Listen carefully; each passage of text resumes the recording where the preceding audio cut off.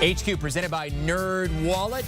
These are the 7 teams that were in the playoffs this year after missing them a year ago. And 2 of those teams still alive. The first one listed and the last one listed. The Bengals and the 49ers.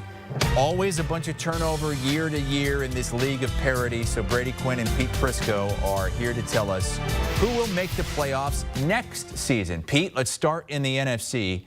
Which team that did not make the postseason this year in the NFC will make it next year?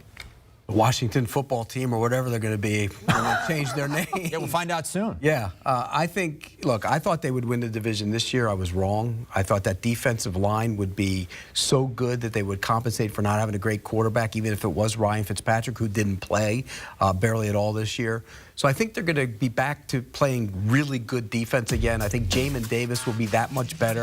The corners struggled early in the season when they signed those guys as free agents. They played much better second half of the season, and they're going to find a quarterback. Can we not find a better mugshot there of Taylor Heineke? I mean, we had to get him all stitched up and everything. Yeah. Old Johnny DiMaggio in the newsroom says this is the only one that we have access to. Wow. Is that true? Oh, he got hit. Poor guy. Somebody needs to send him an apology. Yeah. I get he got hit. Well, he's probably not going to be a quarterback next year anyway, so you won't need that again next year. Here's my reservation. They need a quarterback. They need a quarterback. They're going to get one. And somewhere, some way, they're going to get one. Okay, somewhere, some way. We'll see what it is. I picked the Minnesota Vikings for this reason. They have a quarterback.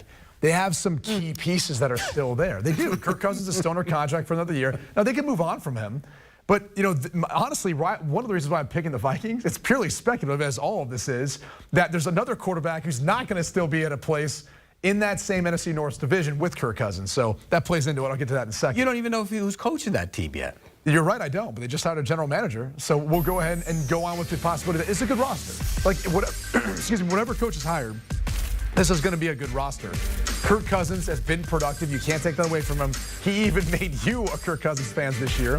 They still got Dalvin Cook under contract. Justin Jefferson's one of the best wide receivers in the NFL. So you're going to have a chance to win immediately, especially considering Chicago is in kind of a rebuild, even though they've got their quarterback of the future. The Detroit Lions roster is still a long ways off. They showed a lot of heart, but they're still a long ways off. And if Aaron Rodgers leaves the Green Bay Packers and they do start to rebuild, which is very possible, what is this division then? It's very wide open for the Minnesota Vikings to win it and go to the playoffs next year. Yeah, it's purely speculation on Rodgers leaving. If Rodgers doesn't leave, can they still be a playoff team? Yeah, of course they can. They have been during the time Rodgers was there. So no matter what, they're going to be a playoff team. No matter what, I think they'll be in as a wild card, if not win the division next year. Yeah, they probably should have been in this season. They lost so many close games, especially early in the year, games that came down to the wire. Do you want a sports network that delivers everything that matters about the game? The highlights, the picks, the instant analysis, no yelling, no fake debates, no politics.